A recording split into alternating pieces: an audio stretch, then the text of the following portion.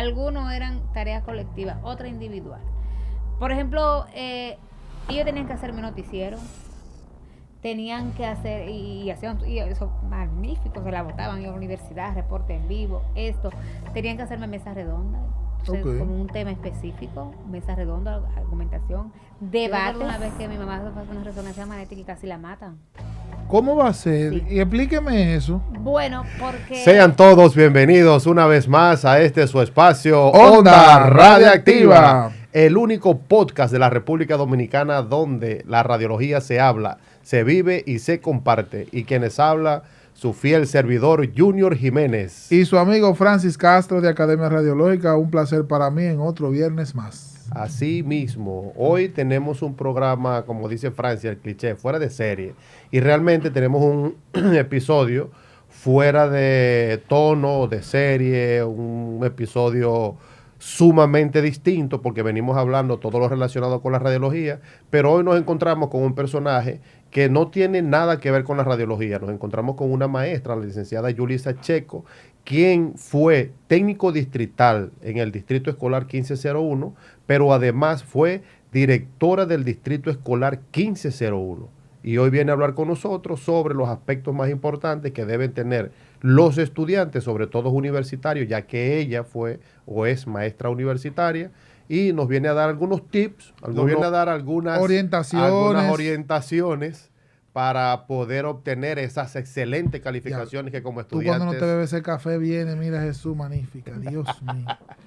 Maestra, bienvenida a nuestro espacio Onda Radiactiva. Muchas gracias, para mí es un privilegio estar entre dos afamados jóvenes que se preocupan por este tipo de temas, por impulsar su área de formación, su carrera y así permear otras áreas. Necesitamos este tipo de programa en la sociedad que oriente, sí, que claro forme, que sí, ¿verdad? Porque como que del otro tipo de programa ya estamos un poquito saturados. Sí, esa es la idea, hacer algo nuevo, algo innovador, algo diferente, pero dentro de la línea de la enseñanza. Maestra, mire, yo creo que para usted, yo creo que hoy usted va a asumir el más grande reto de su vida. ¿Usted sabe por qué? Porque hoy vamos a hablar de radiología o de aprendizaje con usted, ¿verdad? Pero yo siempre he dicho que la radiología se torna un poco más difícil de aprender por lo aburrida que es. Y yo, gracias, qué bueno que la tenemos aquí, porque yo soy parte de un cuerpo docente en radiología y me gustaría ver si encontramos alguna forma, usted me puede orientar en una forma, de que la radiología no sea tan aburrida para que estos muchachos puedan entender, porque realmente se torna un poco engorrosa. Realmente, cuando no se toma en cuenta a quién enseñamos y para qué enseñamos, tendemos a caer en el aburrimiento. Y tú te das cuenta, de hecho, a veces los formalismos, el salir un poquito del mundo de los estudiantes, hace que pase este tipo de cosas. Entonces, es de las cosas que como docente tenemos que ver.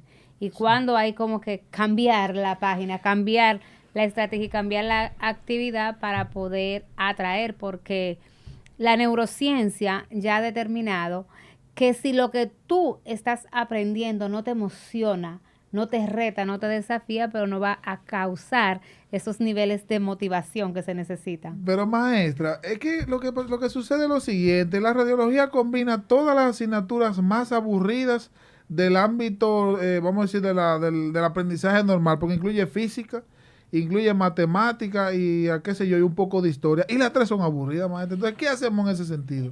Bueno, es que tú dices que son aburridas, pero el aburrimiento tiene que ver en si te gusta, primero, lo que aprende, pero también en cómo se está orientando lo que aprende. La metodología determina mucho del aburrimiento o no en una asignatura, la forma.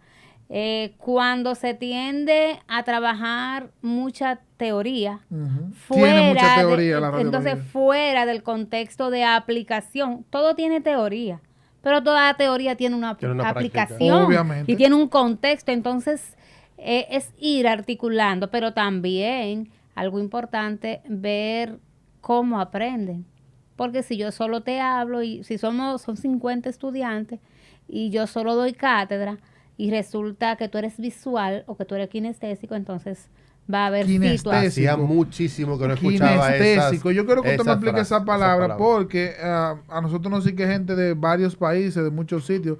Incluso tenemos una fiel seguidora, a ver, a mi abuelita desde los ranchos de Babocico, que no entiende esa palabra de la kinestesia. ¿A qué se refiere eso? Bueno, está referido al aprendizaje a través de la práctica, en la acción. Es decir, no es solo lectura, no es solo que el docente explique, es que yo voy experimentando, es que yo aprendo a través del movimiento. Es lo que se llama un aprendizaje activo. O sea, yo estoy en acción, yo hago algo. La física, bueno, hay una fórmula para demostrar, pero hay un campo, yo voy y lo llevo al lugar para que ellos puedan experimentar, medir, hacer y ver. Eso es la kinestesia, cuando el estudiante pone en práctica sus habilidades de movimiento, el uso del cuerpo en el aprendizaje. Fíjese que hay mucha gente que tiene esa peculiaridad de que a veces tú lo pones a leer un libro, coño, se le hace difícil a veces entender y razonar todo lo que dice el libro, pero tú lo pones a la práctica y son geniales. O sea, en la práctica se desenvuelve muchísimo más fácil. Bueno, sí, es parte de lo que vamos a estar abordando y tenemos esa peculiaridad. Y es que hay, por ejemplo, yo, te voy a hablar en caso ya personal y luego en el ámbito pedagógico. Yo tengo un tiempo límite de escucha. Yo aprendo más, o sea, yo voy a una conferencia, hay un momento que pierdo, que me cuesta concentrarme porque no soy tan auditiva. Yo soy más visual y más de acción, de poner en práctica. Más. Entonces, exacto. Entonces, más que tú me digas, es, bueno, ¿cómo se hace? Yo comprender los pasos, tratar de practicar y entonces así aprender. Entonces, esa es la situación. Es también identificar esa parte para poder desarrollarse. Y tiene que descubrirlo el docente, pero también el estudiante. ¿Cómo yo aprendo más? Quizás yo no aprendo tanto escuchando a mi docente, pero cuando yo soy capaz de ver un video quizá un poquito más dinámico sobre, que me plantee ejercicio que yo pueda resolver, entonces eso sí me ayuda. Entonces es descubrir yo también cómo y en qué momento aprendo más. O sea, hacer al estudiante un FODA, hacerse el mismo su FODA. Es que el aprendizaje lleva en sí un proceso metacognitivo que debe propiciar el docente, de cómo voy aprendiendo, qué sé, incluso qué no sé. Maestra, para poder autorregularme y poder conseguir lo que me falta. Junior no me desayunó esta mañana para venir para acá. Usted me dijo de una palabra metacognitiva. ¿A qué se refiere eso? Es la autorregulación que yo hago, es como esa autoevaluación, pero una autoevaluación que lleva a la reflexión de lo que voy aprendiendo, de lo que me falta por aprender, de cómo aprendo más, cuándo aprendo más, con cuáles herramientas. Entonces, eso es un autodescubrimiento que tiene que hacer. Eso sería como una evaluación del aprendizaje. Pero pudiera ser. Es más que una evaluación, es una regulación, una autorregulación. Ok. Que poder decir, bueno, en la clase del maestro tal asignatura, ya yo estoy clara en esto y esto, pero todavía no comprendo esto, pero para comprender eso, ¿qué necesito? ¿Cómo aprendo más? Bueno, un video tutorial, lo que me explique un compañero, le pregunto otra vez al docente, ¿cómo lo hago? Entonces, eso es ver qué tengo, qué me falta, y eso que me falta, cómo y dónde puedo conseguirlo. Como por decir, yo no leo de noche porque me da sueño. Y siempre me ha pasado, siempre. A todo el mundo. No es ahorita. No es a todo el mundo. Hay personas que de noche son más productivas. Yo conozco personas. Yo tuve compañeras en la primera universidad cuando estudié hace mucho tiempo. Ellas estudiaban de noche y ellas llegaban, no, me acosté a las 4 de la mañana. Yo, a las 4, yo máximo leo hasta las 9:30. Ya después de las 9:30 no leo nada. Yo tengo un amigo anestesiólogo que él me dice que cuando la gente le habla en la consulta, doctor, deme algo para yo dormir, porque yo esta noche no estoy durmiendo, le paso un libro. Tenga, fájese a leer ese libro para que usted vea cómo le va a dar sueño. No, hay personas que realmente son más productivos, que tienden a dormir tarde. De hecho, eso también es lo que tienes que descubrir. Por ejemplo, yo sé que yo cuando llego cansada a casa, ya después de agotar una jornada laboral, ese no es mi momento productivo. Si tengo algo muy urgente que hacer que yo opto, bueno, me acuesto temprano y prefiero levantarme a las 4, a las 5, ahí sí. Eso de 4 a 7, entonces, yo te maestra, barato. ¿Qué toda esta experiencia que usted ha tenido, todos los estudios que ha realizado nos contó, nos dijo que estás actualmente haciendo un doctorado. Ajá, sí. Ok, el doctorado en... En mi área, yo soy del área de lengua española. Nosotros no pedimos ese perfil. Usted es... ¿Cuál es su perfil académico? Empezando por ahí. Bueno, mi perfil académico, mi formación de base es en el área de lengua española. Okay. Yo soy licenciada en educación, mención letras. Tengo Ay, una qué maestría, tengo una maestría en lingüística aplicada a la enseñanza del español.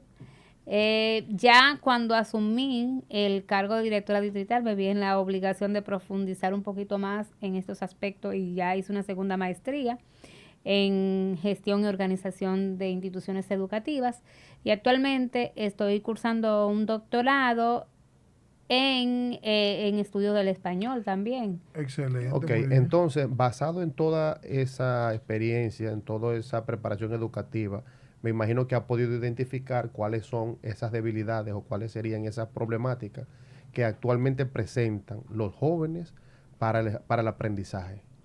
Como ya yo dije, mi área de formación se pudiera ver que no, lo que pasa es que ella va a potencializar su área, va a abogar por lo suyo. Pero si tú haces el ejercicio ahora mismo y pusiera en Google cuáles son las principales dificultades que enfrentan los estudiantes universitarios. La primera es lo en el malo que aprendizaje, escriben. Por ahí voy.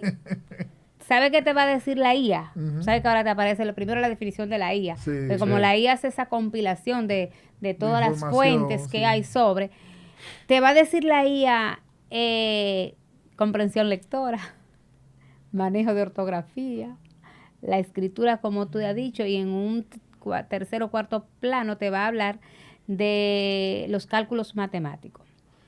Si busca estudio, por ejemplo, hay un estudio de la Universidad Latinoamericana que te habla de situaciones personales en las que entra manejo de horario, tiene que ver con el entorno social del joven, una serie de dificultades, de aspectos que son parte del proceso. Te va a hablar del manejo del tiempo, de cómo se organiza. Y en tercer lugar te habla de la comprensión lectora. Ujú. La lectura comprensiva. Entonces, es que la lectura comprensiva es el transversal. O no la lectura comprensiva. El desarrollo de las habilidades comunicativas es el transversal a todas las asignaturas, a todas las áreas, a todo el campo del saber.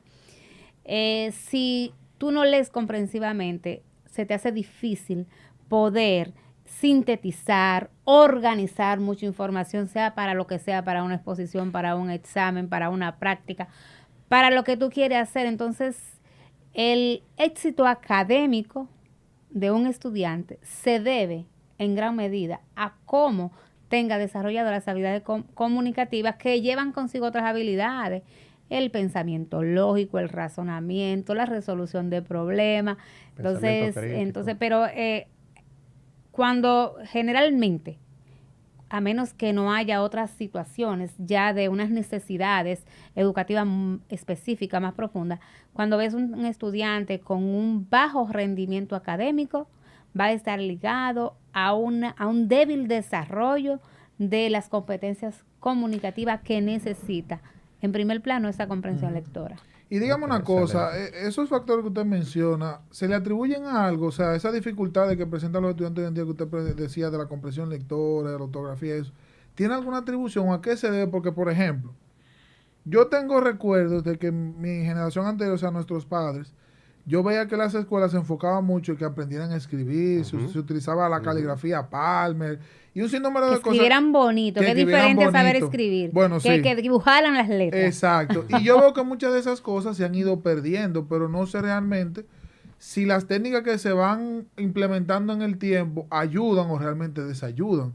¿O a qué se atribuye esas dificultades? Bueno, te he hecho una pregunta amplia, yo voy a tratar de sintetizar. Este programa es suyo, hable ahí hasta que usted quiera. Bueno, mira, lo que ocurre es que la sociedad ha evolucionado con el asunto del desarrollo tecnológico, del desarrollo de la misma comunicación que viene de la mano con el desarrollo tecnológico. La sociedad ha cambiado mucho y se demandan nuevos métodos, nuevas formas de aprender y de enseñar. ¿qué pasa? Que en el ámbito educativo los cambios han sido muy lentos. Eso que tú decías es importante, que se escriba de manera legible, que escriba sin falta ortográfica, es importante, pero no es lo esencial. Yeah. ¿Qué es lo esencial? Lo esencial es que yo pueda leer una información, comprenderla y que pueda expresar de manera coherente y organizado lo que quiero decir, un texto, aunque yo pueda, por ejemplo, comprender una pregunta que me haga un paciente que llegue a su estudio radiológico y que pueda darle una orientación en base a la necesidad que tiene ese paciente. Eso es básicamente porque ya la computadora te corrige, la IA te corrigen un texto y tú tienes ahí el diccionario a mano, que si tiene una confusión solo tienes que googlear. No, sabemos que la escritura a mano está en proceso de extinción. A mí se me cogen días sin coger un bolígrafo. Entonces, todo eso hay que saber dónde estamos. Entonces, hay otras cosas. Entonces, ¿qué es lo verdaderamente importante?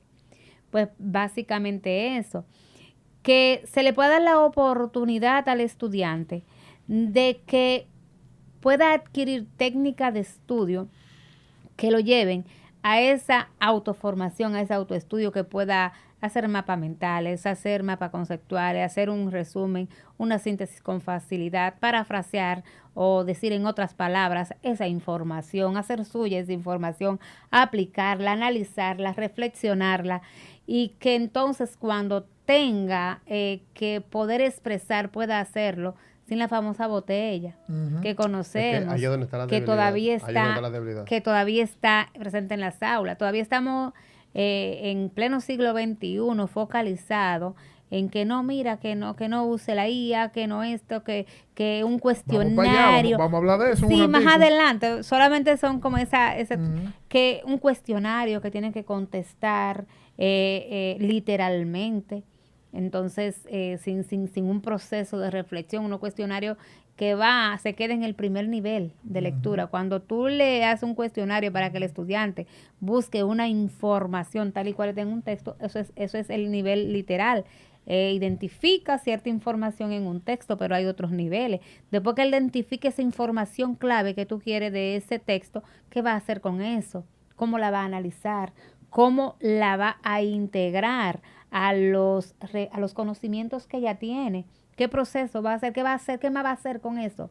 Si tú le pides una exposición, ¿qué orientaciones hay? ¿Tiene sentido de que él se memorice lo que dijo otra persona, una sola persona, cuando quizá hay 10 puntos de vista más sobre la misma información y venga y te la recite tal y cual? Entonces, a partir de las actividades que plantea el docente, a partir de las estrategias que utilizamos como docente, le decimos al estudiante, bueno, esto es el aprendizaje, así se aprende. Esto es, si lo que tú le pones siempre es para repetición, él entiende que eso es repetición, entonces no se ve en la necesidad de utilizar el pensamiento, y ese pensamiento va cada día. Entonces se va cada día coartando, se va quedando. Yo recuerdo que yo llegué a un 5º grado a dar clase de lengua española, y yo no llegué al inicio, ya habían pasado un tiempito y ya también los docentes generalmente rotaban. El mismo docente de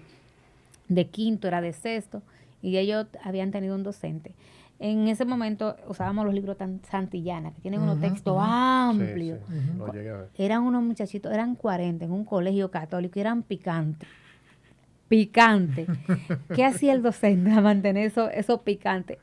Y bueno, vamos a copiar el texto tal, un texto de 3 páginas en el libro. Y entonces vamos a copiarlo. Pero así, ¿qué pasa? Mientras ellos copian, están callados, están tranquilos, tú puedes hacer otra cosa. Cuando yo llegué, quise, vamos a leer el texto, vamos a hacer una lectura compartida. ¿Quién inicia? Y vamos a las actividades. Y tal pregunta, ¿tienen tanto para llenarlo? Vamos a socializar ahora. Me decía algunos estudiantes, mire, profesora, yo prefiero que usted me ponga a copiar ese texto entero y no estar haciendo eso que usted me pide. Eso es muy difícil. O sea, ellos estaban acostumbrados a una metodología que a mí me costó quitar y trabajar por la metodología. Pero el trabajo del aula, ya nos salimos un poco de la parte universitaria. Sí. Vamos a esa parte de la básica, sí, que es la base del aprendizaje para que en la universidad tengan esa fortaleza. Entonces, sí, la responsabilidad no recae al 100% en la maestra como tal.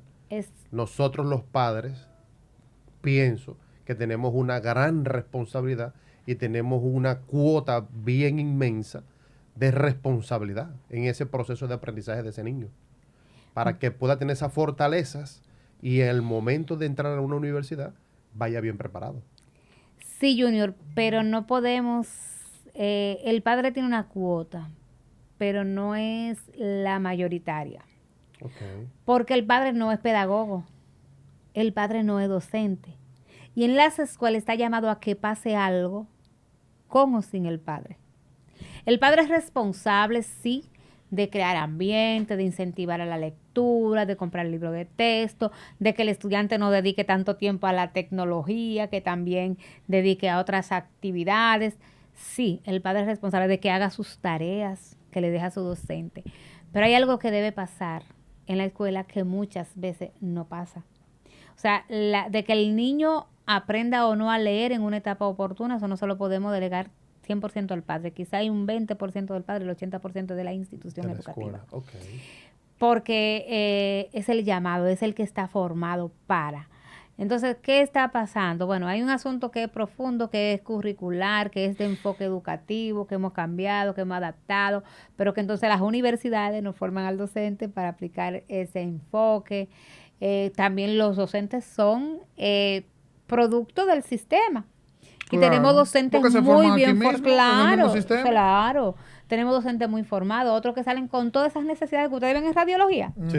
También docentes que salen y se forman con todas esas necesidades y entonces van a acompañar a estudiantes. ¿Qué cree que va a pasar con esos estudiantes?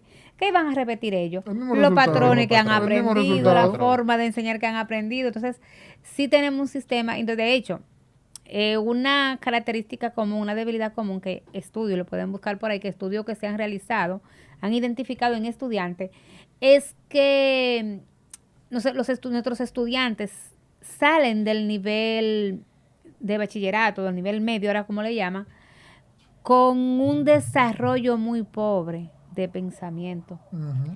Para entrar a ese nivel superior que requiere ya de una educación más autónoma, menos instruccional, pero como no tiene las herramientas que necesita, se le dificulta. Uh-huh. Entonces, sí es una responsabilidad, un asunto sistemático, un asunto del sistema educativo donde hemos estado trabajando, muchas actualizaciones, mucha formación docente, pero todavía al parecer parece algo que no terminamos de engranar totalmente, por lo que todavía tenemos esos reflejos y tenemos esos resultados en las evaluaciones nacionales e internacionales. Maestra, entre tanta experiencia y entre tantos estudiantes que ustedes tienen que ver día tras día, ¿se hace más fácil poder identificar la dificultad de aprendizaje en un estudiante universitario o en un estudiante de educación básica? ¿Es fácil identificarlo a nivel universitario, la dificultad de aprendizaje? No, no es fácil. Primero porque el docente universitario ya atiende a situaciones muy específicas de asignatura. Se focaliza mucho en situaciones más específicas de asignatura. El docente universitario tiene mucho menos tiempo con el estudiante. Maneja mayor cantidad de estudiantes. Y él ya una persona adulta que tiene cómo, si quiere, si así lo desea, cómo ocultar ciertas necesidades, cómo disimularla, tiene cómo hacerlo. Entonces, no es tan fácil. Tiene que pasarse por un proceso de observación y por una evaluación muy variada, con un uso de instrumentos y de recursos muy variados para poder detectar una necesidad de esa magnitud. Ya. Maestra, una cosa, mire, hoy en día hay muchas técnicas de aprendizaje. Cada quien interactúa o inventa cualquiera o crea algo que entienda qué es lo que más le favorece para aprender. Pero usted como docente, ese estudiante universitario de radiología que nos está viendo, ¿cuáles serían esas técnicas de aprendizaje que usted recomendaría? Que usted entienda que serían las más factibles hoy en día para uno poder asimilar mejor el contenido en radiología, que básicamente es lo que nosotros hacemos. Esa es una pregunta muy difícil de responder de manera general, porque las técnicas son variadas y responden mucho a los estilos de aprendizaje y a las necesidades individuales. Okay. Sin embargo, en sentido general puedo decirte que algo que va a ayudar muchísimo a que el estudiante pueda ir conociéndose, reconociéndose y evaluándose es que pueda saber, por ejemplo, cuando leo un texto, comprendo la información de una vez, soy capaz de decir, bueno, este texto trata de esto, de aquello, las ideas clave esto, los subtemas son aquello. Es ir viendo toda esa técnica que le ayudan a esa comprensión, a poder generalizar, que sería esa síntesis, a poder resumir, a poder integrar, a poder interpretar, que es lo que le va a permitir en sentido general. Y si quizás, bueno, en un primer momento tengo situaciones y lo que me ayuda es video tutoriales, bueno, pues primero voy a escuchar videos sobre cómo yo hago esto, cómo. ¿Usted lo ve factible ver videos tutoriales? Pues claro que sí, por supuesto, esa parte. De hecho, ya los docentes lo están utilizando como una oportunidad para el aula invertida, para enviar al estudiante que vea y que luego venga con ciertos aprendizajes y poder hacer esa socialización.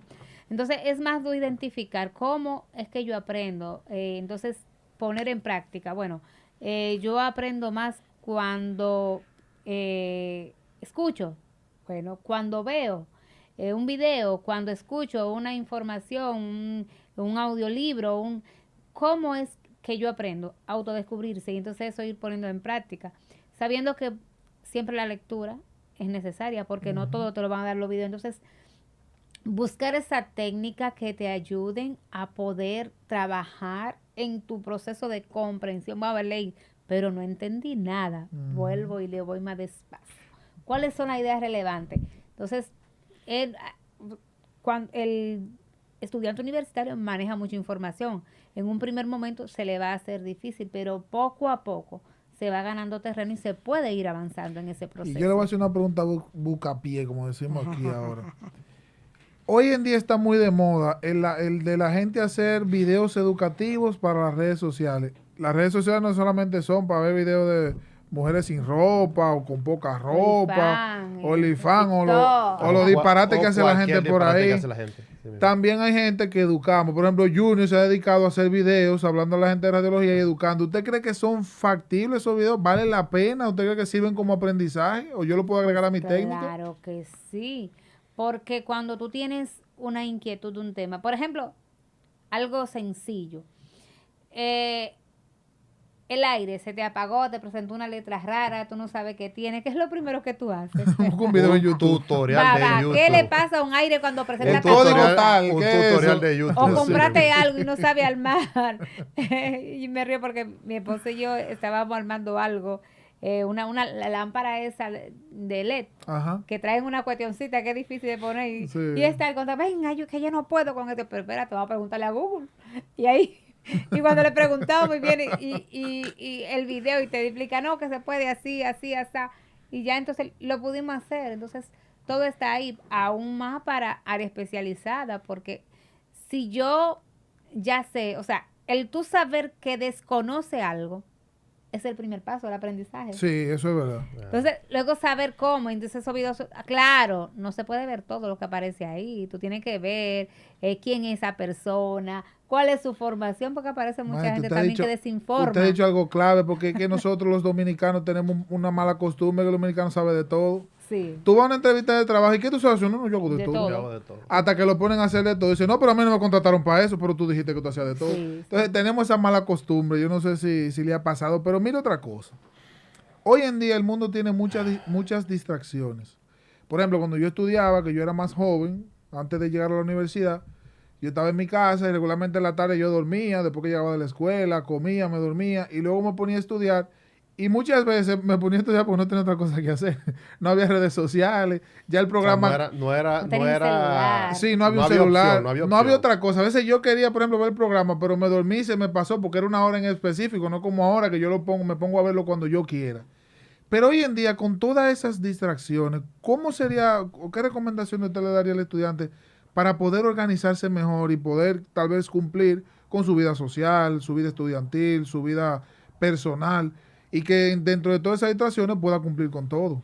Necesariamente tiene que planificarse y agendarse, saber cuáles son las cosas que tengo que hacer, qué tiempo del día me ocupa, en cuáles momentos lo voy a hacer. Por ejemplo, si se me dificulta más estudiar de noche porque trabajo y llego a la casa, ¿en qué momento? Entonces tendría que buscar un momento temprano en la mañana.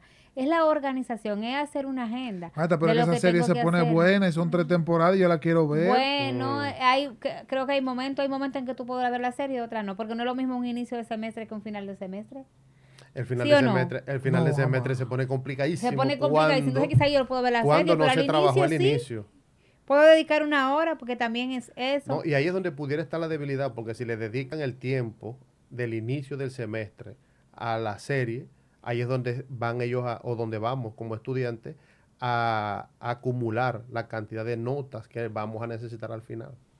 Ya cuando el semestre está terminando, ya hay quienes no tienen opción o no tienen ya de dónde sacar esas calificaciones que dejaron de percibir a lo largo del semestre. No, y todo es el equilibrio.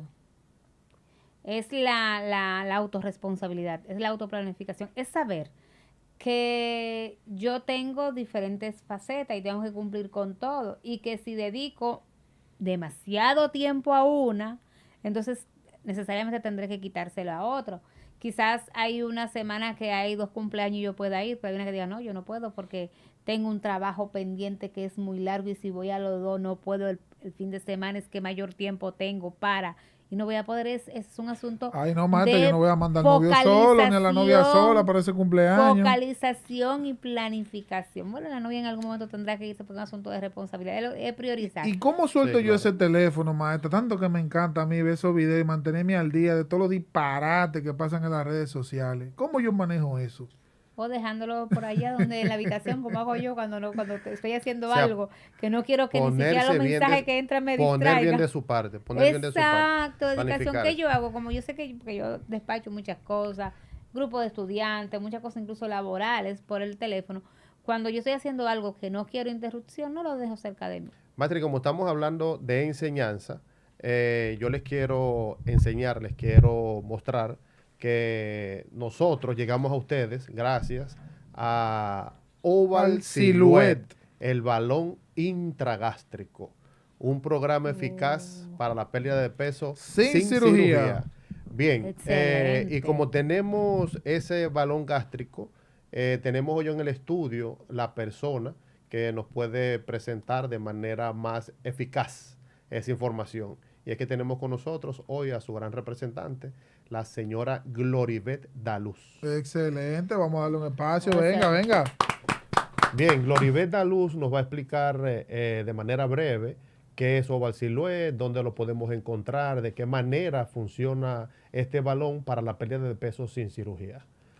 Bueno, como lo comentas, Oval Silhouette es un dispositivo de silicona. Esto sería balón gástrico como tal, que se utiliza para la pérdida de peso controlada en los pacientes que tengan masa corporal mayor a 32. Entonces, está para la pérdida de peso controlada. A esos pacientes que quieran perder peso pueden contactarnos directamente a nuestras redes sociales. Balón gástrico Oval Silhouette RD. Ok. Pueden también escribir al correo electrónico rdmedicalpro@gmail.com o pueden contactar directamente al 829-969-8531. Ok, Gloribet, si Francis se quiere poner un balón, ¿le vendemos el balón a Francis o Francis tiene que ir donde un médico especialista que coloque el balón para que él le haga el procedimiento? Porque quizás vayan a creer, bueno, no, ellos están promocionando el balón y vamos a llamar, vamos a comprar uno y vemos después qué resolvemos. No, esto se maneja directamente con el especialista. Okay. Esto es un gastroendoscopista que está calificado y certificado para realizar el procedimiento. El paciente tiene que realizarse una serie de evaluaciones previas para la colocación. Okay. Si tiene alguna contraindicación, pues lamentablemente no se le puede colocar, pero la buena noticia es que si, por ejemplo, es una úlcera gástrica, la misma va a ser tratada en un lapso no mayor a un mes y el paciente va a poder utilizar el dispositivo para su pérdida de peso. Ok, mira qué bien. ¿Cuántas libras de peso puede perder una persona que se ponga un balón? Eso varía muchísimo. Cada paciente van en 90 libras, 45 kilos serían en en kilos. Entonces, los costos me imagino son asequibles, son manejables, se pueden, o sea, el balón es para todo público. Sí, realmente es para todo público. Cada especialista tendrá como una especie de programa que va dedicado a cada paciente. Okay. En estos programas se incluye lo que es la nutrición, muchos incluyen psicología, las analíticas, las consultas pre y post a la colocación. Entonces, no es que el paciente va a quedar solo en el proceso, siempre va a estar de la mano de su médico de cabecera, en este caso. Ok, excelente explicación de la mano de nuestra amiga Gloribel Daluz, representante oficial de balón intragástrico Oval Silhouette. Los saludos de esta semana están dirigidos hoy para Francisco Genao desde el Hospital Moscoso Puello, que es un fiel seguidor de nuestro canal y todo el contenido que hacemos en redes sociales. Y Junior, un saludo también para Yosil Valerio desde Massachusetts, de Estados Unidos, que nos sigue. Incluso ella va para la universidad y me dijo que viendo el canal se ha motivado a estudiar radiología en Estados Unidos. Así que para ella un abrazo fuerte desde República Dominicana. Ya hablamos sobre el estudiantado, pero en el caso del docente, yo le mencionaba al principio que la radiología tiene esa peculiaridad que tiende a ser un poco aburrida. A veces uno utiliza métodos, como lo que usted ya mencionaba, pero no sé si existe algún otro que pueda ayudar. ¿Por qué otro sentido que hace la radiología un poco aburrida? Y es que la radiación no se ve, no se percibe, no se siente, no se huele. Y por ende, a veces es un poco difícil explicarle al estudiante cómo funciona la radiología, cómo funciona la radiación, porque no se ve, no la percibe, no se huele. ¿Algún método pudiera ser efectivo para yo mejorar la forma de explicar eso? Bueno, tú dirías que no se ve y se ve, porque tenemos las maquinarias que la transmiten, ¿verdad que sí? Sí, claro. Entonces, ahí lo que hablábamos ahorita es poder ir articulando la práctica con la teoría. Si yo te digo que tal máquina transmite tal cantidad de radiografía para tal estudio, entonces el estudiante tiene que ver eso. Entonces, la universidad tiene que crear los mecanismos para que él pueda tener contacto con esas maquinarias. Yo fui, siendo precisamente directora distrital, a la Pucamaima, y de verdad yo quedé muy sorprendida. Tienen un centro de simulación. Tienen un centro de simulación donde el estudiante puede simular si es, por ejemplo, un neurocirujano, hacer una cirugía de cerebro y lo corta y si se equivoca y todo, si mató al paciente, yo el paciente vivió. Entonces, es ese tipo de experiencia, porque hay cosas que tú no puedes practicarlo con una persona, pero tener ese tipo de oportunidad. Y también que el docente llevar, por ejemplo, en el momento que ahora no estoy exclusivamente en la formación docente, soy formadora actualmente, no estoy así, ya estoy más a nivel de diplomado, de maestría, pero en el momento en que estuve en una universidad del país, no por la promoción o no sé, voy a obviar el nombre. Algo que yo hacía era tratar de que lo que trabajaba, por ejemplo, en letras 2, ¿qué se trabaja? Todos los tipos de texto, la argumentación. Que yo trataba de hacer de que fuera vivo, de que yo no viera no solo la teoría es importante, pero hay que pasar a la práctica. Por ejemplo, yo hacía diferentes, había una ronda que era para hacer textos orales, otra que era para hacer textos escritos, algunos eran tareas colectivas, otra individual.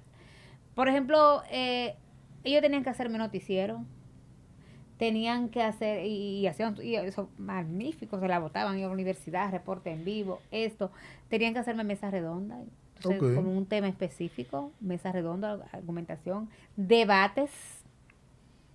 Entonces, es eso, o sea, ahí ellos ven el texto, qué es, para qué se utiliza, cuándo, pero también hacíamos, a raíz de una encuesta, fácilmente creábamos un texto de carácter científico, un texto expositivo, dando una explicación a unos resultados.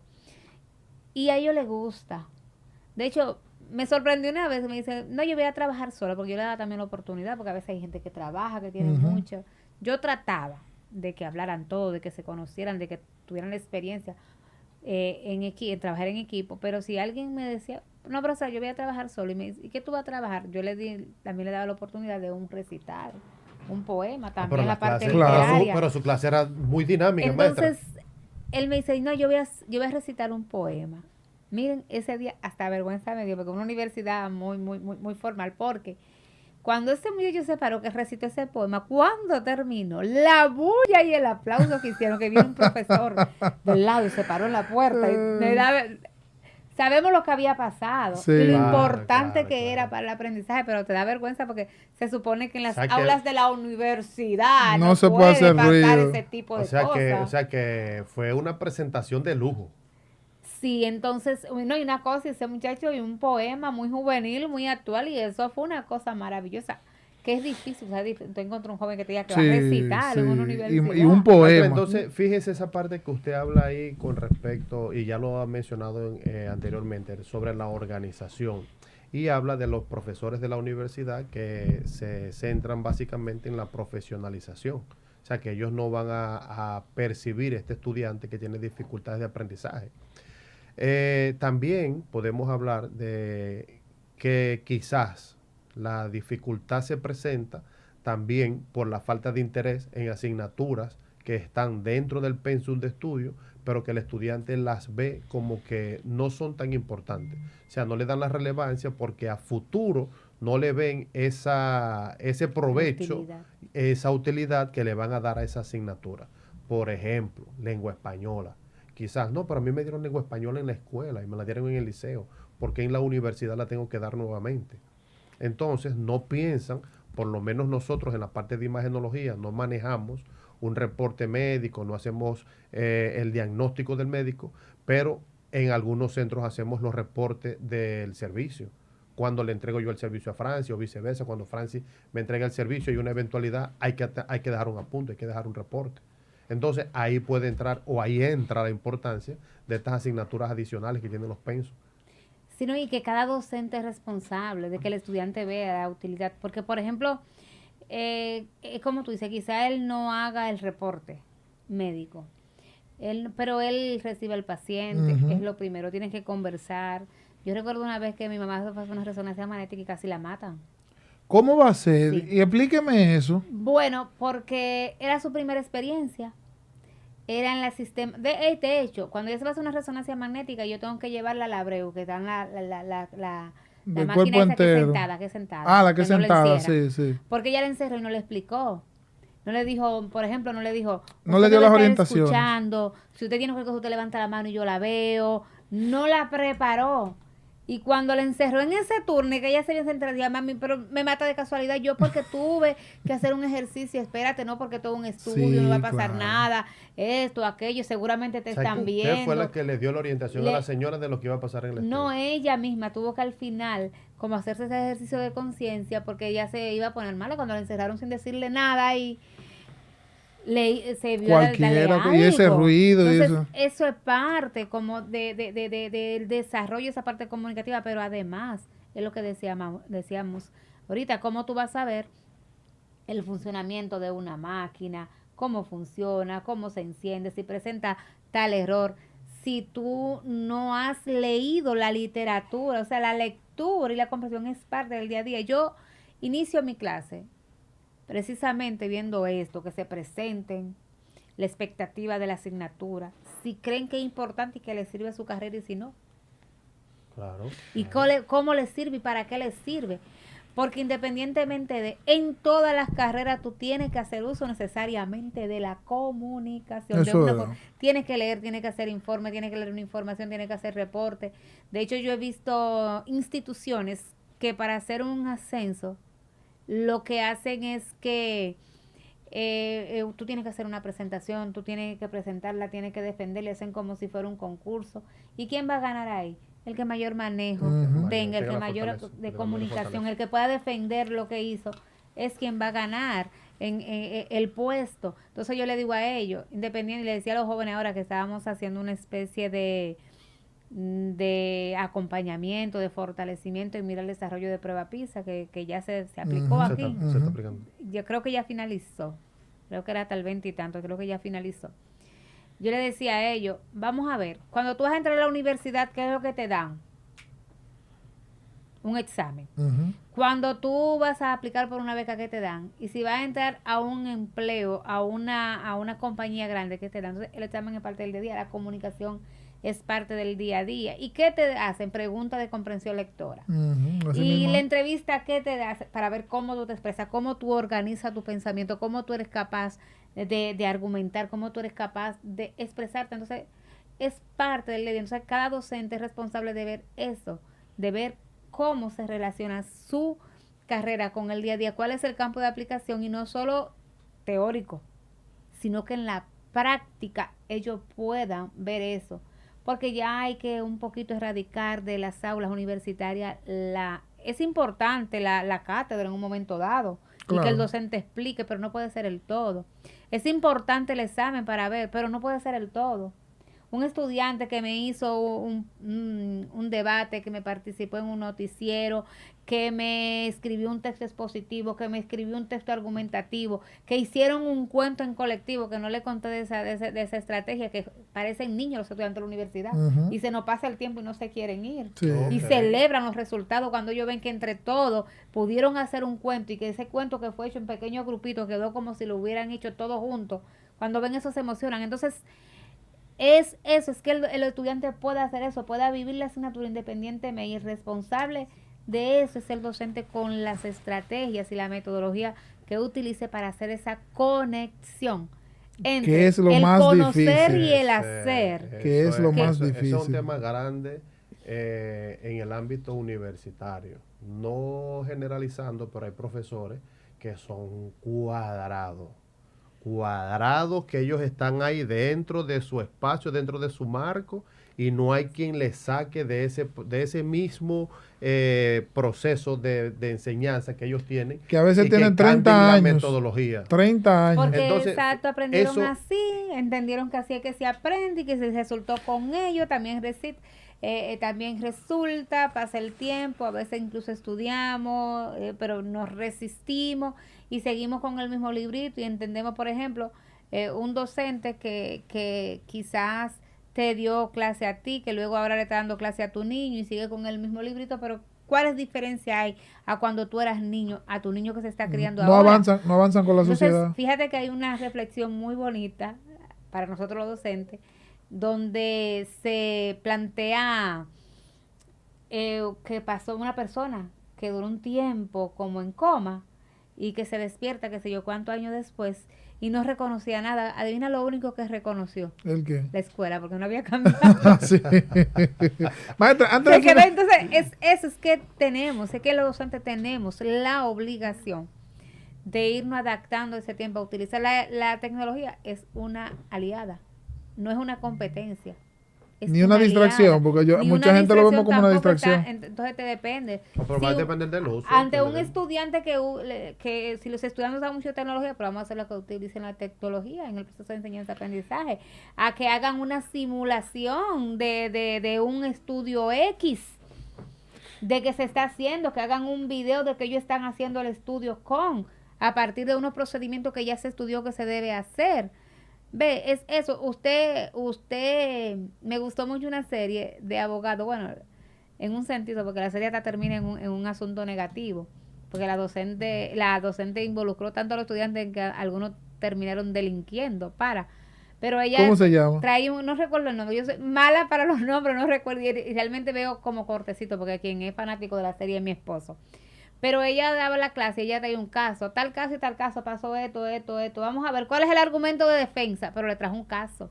¿Qué es lo que va a hacer? ¿Cuál es el argumento de defensa? ¿Cuál normativa se aplica? ¿Cuál es esto? ¿Cuáles serían las evidencias? O sea, es eso. No siempre tú tienes la Involucrarse. oportunidad de ir, pero en el aula tú puedes recrear escenarios reales o imaginarios, o un video de un homicidio ¿qué pasó aquí? ¿Cómo lo investigamos? ¿Cuáles son las pistas? ¿Cuál es esto? Pero en el caso del estudiante de radiología, es eso, vamos a ver, cree un video instructivo para una persona que tiene que utilizar tiene que hacerse tal estudio, un estudiante que tiene que hacer tal estudio, es su primera experiencia con esa máquina. Ya. Maestra, ¿Verdad? mire, para finalizar, su opinión frente a la inteligencia artificial, ChatGPT y demás hierbas aromáticas con el aprendizaje. ¿Qué opina usted al respecto?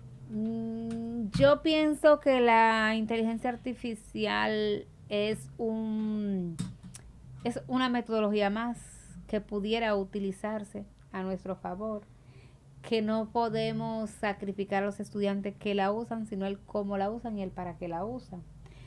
Porque independientemente yo, por ejemplo, que trabajo en asesoría y corrección de tesis, cuando un marco teórico me lo hicieron en ChatGPT, yo me doy cuenta. Y no debería. Es sumamente importante. Porque el marco teórico lleva una cita bibliográfica y una fuente, y ChatGPT no te da bibliografía. Sí. ¿Ya la da? Sí, tú le dices, dependiendo del prompt. Y hasta los links donde está el documento. Bueno, sí, citando. Eso sí. El prompt. O sea, te dice, por ejemplo, en tal link te da la cita. En tal link puede consultar la bibliografía. Pero no está mal. No está mal que se lo use. Que hay es que... Y que use porque, por ejemplo, de hecho te puede ayudar a ubicar información que te llevaría muchísimo tiempo. Uh-huh. El caso está en que tú no puedes utilizar esa información tal y cual, ni pedirle que te haga y tal y cual. Porque la inteligencia artificial deja unas huellas indelebles, detectables, que se da cuenta cuando no lo hizo, sin tú tener que pasar el antiplagio. Yo me doy cuenta por la forma de estilo impersonal, la forma, o sea, cuando te escribe un ser humano, queda una huella de la personalización. Incluso la empleación científico. El empleo del verbo, por ejemplo. Palabras claves. Di que voz. ¿Cuándo tú escuchas a un muchacho aquí diciendo voz? Yo digo voz todavía. Junior, tú eres de otro planeta, yo digo dominicano.